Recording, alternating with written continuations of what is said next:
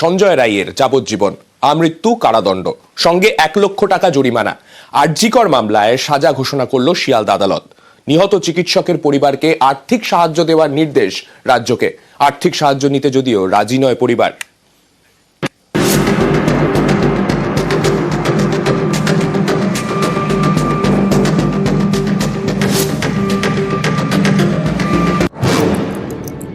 গত 9 আগস্ট আরজিকরের chest medicine বিভাগের সেমিনার হল থেকে উদ্ধার হয় মহিলা চিকিৎসকের দেহ। ধর্ষণ খুনের অভিযোগে শোরগোল পড়ে যায়। এই ঘটনার 5 মাস পরে সিভিক ভলান্টিয়ার সঞ্জয় রায়কে যাবজ্জীবন সাজা দিল শিয়ালদা আদালত। তো 3টে ধারায় ওনাকে দোষী সাব্যস্ত করা হয়েছিল, 64, 66, 103(1). 64-এ যেটা রেপের কেস ম্যাটার, সেটাই দেওয়া হয়েছে ওনাকে লাইফ ইমপ্রিজনমেন্ট এবং ₹50,000 ইন ডিফল্ট 5 মাসের জেল। যেটা আছে 66, সেটা life imprisonment for natural life. আর 103(1) সেটাই দেওয়া হয়েছে life imprisonment, ₹50,000 fine in default 5 মাসের জেল। Life imprisonment means as to whole life, as to the natural life of the convict. তার ন্যাচারাল লাইফ সে যতদিন বেঁচে থাকবে, যখন মানে তার লাস্ট ব্রেথ অবধি সে জেলের মধ্যে থাকবে। This was the sentence being passed by the learned court today. কি হবে সাজা, ফাঁসি নাকি যাবজ্জীবন? শিয়ালদা আদালতের 210 নম্বর ঘরের দিকে ছিল নজর। এজলাসে পৌঁছন বিচারক অনির্বাণ দাস। কাঠগড়ায় আনা হয় সঞ্জয়কে। খানিকক্ষণের মধ্যেই শুরু হয় সাজা শোনানোর প্রক্রিয়া। ফাঁসির সাজার জন্য সওয়াল করেন সিবিআই এবং নির্যাতিতার পরিবারের আইনজীবীরা। পাল্টা এর বিরোধিতা করেন সঞ্জয়ের আইনজীবী। সওয়াল জবাব শেষে আদালত কক্ষ ছাড়েন বিচারক অনির্বাণ দাস। জানিয়ে দেন দুপুর 2:45-এ সাজা ঘোষণা করবেন। সেই মতো ফের এজলাস বসে। যাবজ্জীবনের সাজা শোনান বিচারক।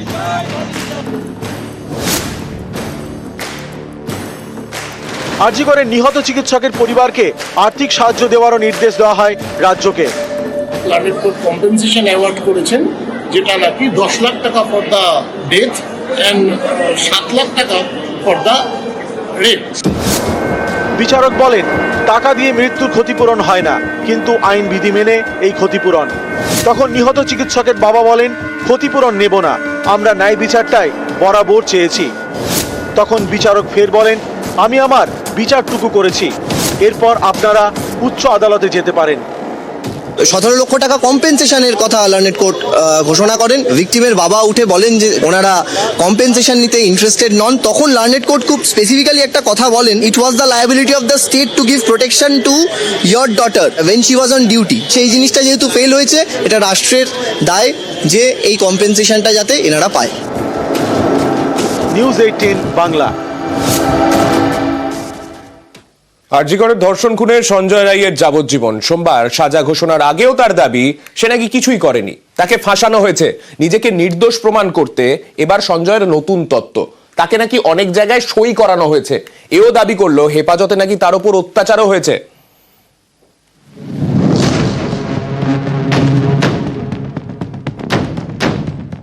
চোখ দেখে যায় চেনা। সঞ্জয় রায় আরজিকরের ডাক্তারকে ধর্ষণ খুনে দোষী, শনিবার দোষী সাব্যস্ত। সোমবার সাজা ঘোষণা। সঞ্জয়ের যাবজ্জীবন সাজা ঘোষণা করেছে শিয়ালদা কোর্ট। শনিবারের মতো এদিনও বিচারকের সামনে নিজেকে বারবার নির্দোষ বলে দাবি করে সঞ্জয়।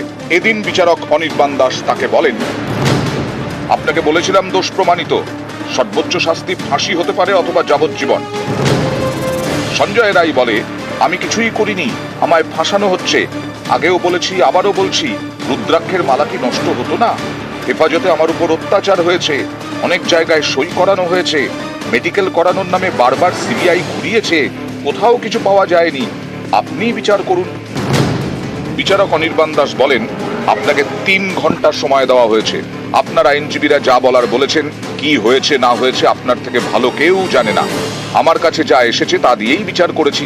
তথ্য প্রমাণ ছাড়া আমি কিছু করতে পারি না। আপনার শাস্তির বিষয়ে বলুন, আপনার বাড়িতে কে কে আছেন?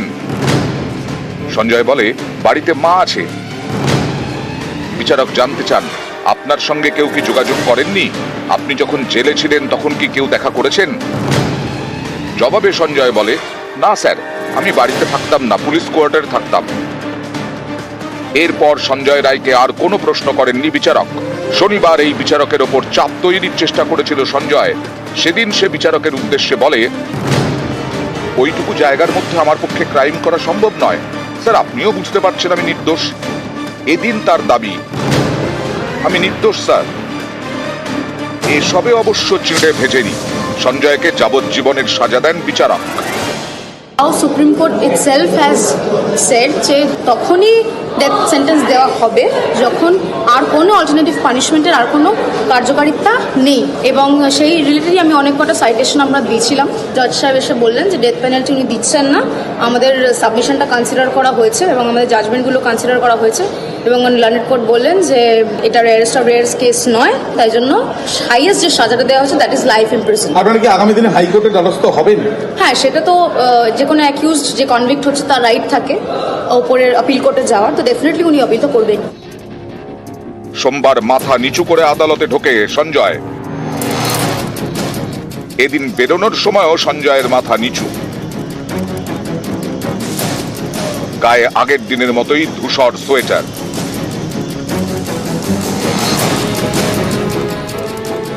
নিউজ 18 বাংলা। আর এই আরজি করের রায় নিয়ে ক্ষুব্ধ মুখ্যমন্ত্রী। ফাঁসি না হওয়ায় ভীষণ শকড মুখ্যমন্ত্রী। সঞ্জয়ের ফাঁসির আবেদন নতুন করে উচ্চ আদালতে যাওয়ার সিদ্ধান্ত রাজ্যের। ফাঁসির আবেদন নিয়ে নতুন করে উচ্চ আদালতে যাওয়ার সিদ্ধান্ত রাজ্যের। আর এই নিয়ে এক্স হ্যান্ডেলে ক্ষোভ প্রকাশ করে মুখ্যমন্ত্রীর পোস্ট, আরজি করের জুনিয়র ডাক্তার ধর্ষণ ও খুন মামলা আদালতের চোখে বিরলের মধ্যে বিরলতম নয়। এটা দেখে আমি ভীষণ শক। আমি নিশ্চিত এই ঘটনা বিরলের মধ্যে বিরলতম, যার শাস্তি মৃত্যুদণ্ড। কি করে এই রায় দেওয়া হলো যে এটি বিরলের মধ্যে বিরলতম নয়? দুর্ভাগ্যজনক ও সংবেদনশীল এই মামলায় আমরা মৃত্যুদণ্ডই চাই। গত ৩-৪ মাসে আমরা এই ধরনের অপরাধের ক্ষেত্রে দোষীদের ফাঁসি অথবা সর্বোচ্চ শাস্তি নিশ্চিত করেছি। এই মামলায় কেন মৃত্যুদণ্ড দেওয়া হলো না? আমি বিশ্বাস করি এই অপরাধ জঘন্যতম, যার শাস্তি মৃত্যুদণ্ডই। আমরা হাইকোর্টে দোষীর মৃত্যুদণ্ড চেয়ে আবেদন করব। ডাক্তারকে ধর্ষণ খুন হাসপাতালের মধ্যে সর্বোচ্চ সাজা ফাঁসি, সঞ্জয় রায়কে দেয়া হলো যাবজ্জীবন। শিয়ালদা কোর্টের পর্যবেক্ষণ, আরজি করের ঘটনা বিরলের মধ্যে বিরলতম অপরাধ নয়।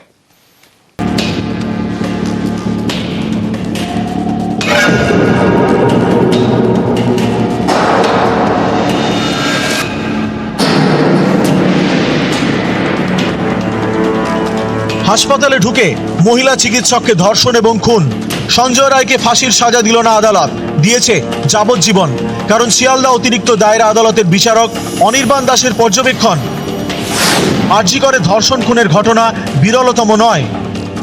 ওকে যাবজ্জীবন দিয়েছে। আমরা আমাদের আর্গুমেন্টে বারবার করে বলেছি there has been some laches in the part of the investigation agency, যেটা আগের দিনকে জজ সাহেব যখন সাজা ঘোষণা করেন উনি বলেছেন, তিনি ক্রিটিসাইজ করেছেন ওনার এই ইনভেস্টিগেশন নিয়ে কিছু কনফিউশন ক্রিয়েট হয়েছে। জজ সাহেব আজকে যাবজ্জীবন দিয়েছে।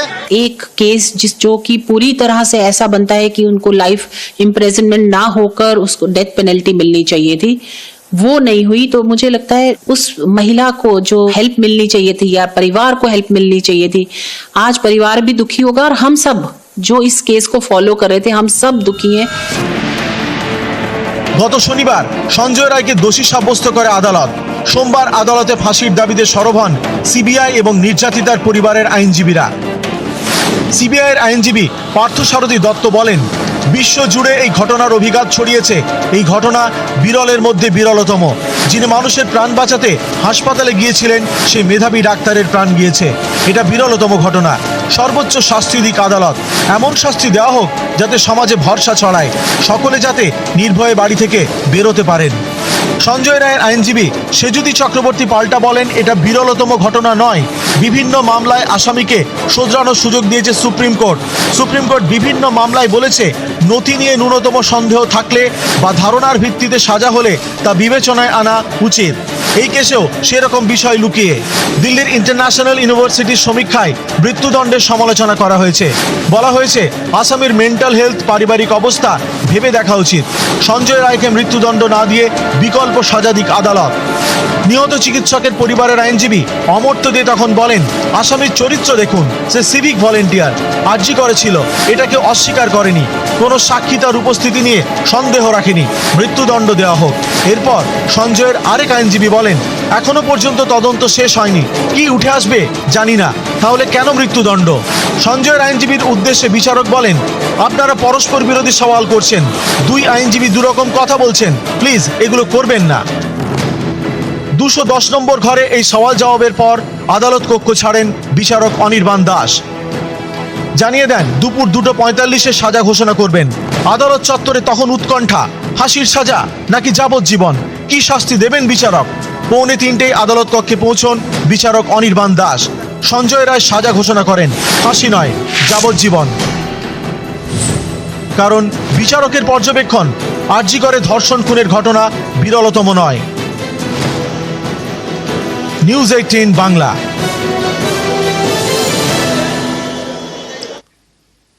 আরজিকরের এই ঘৃণ্য ঘটনা, তারপর আমরা দেখেছিলাম পথে নেমেছিলেন সেলিব্রিটিরাও। সিবিআই তদন্তে তারা আস্থা রেখেছিলেন, তবে ফাঁসি না হওয়ায় এবার অখুশি তারাও।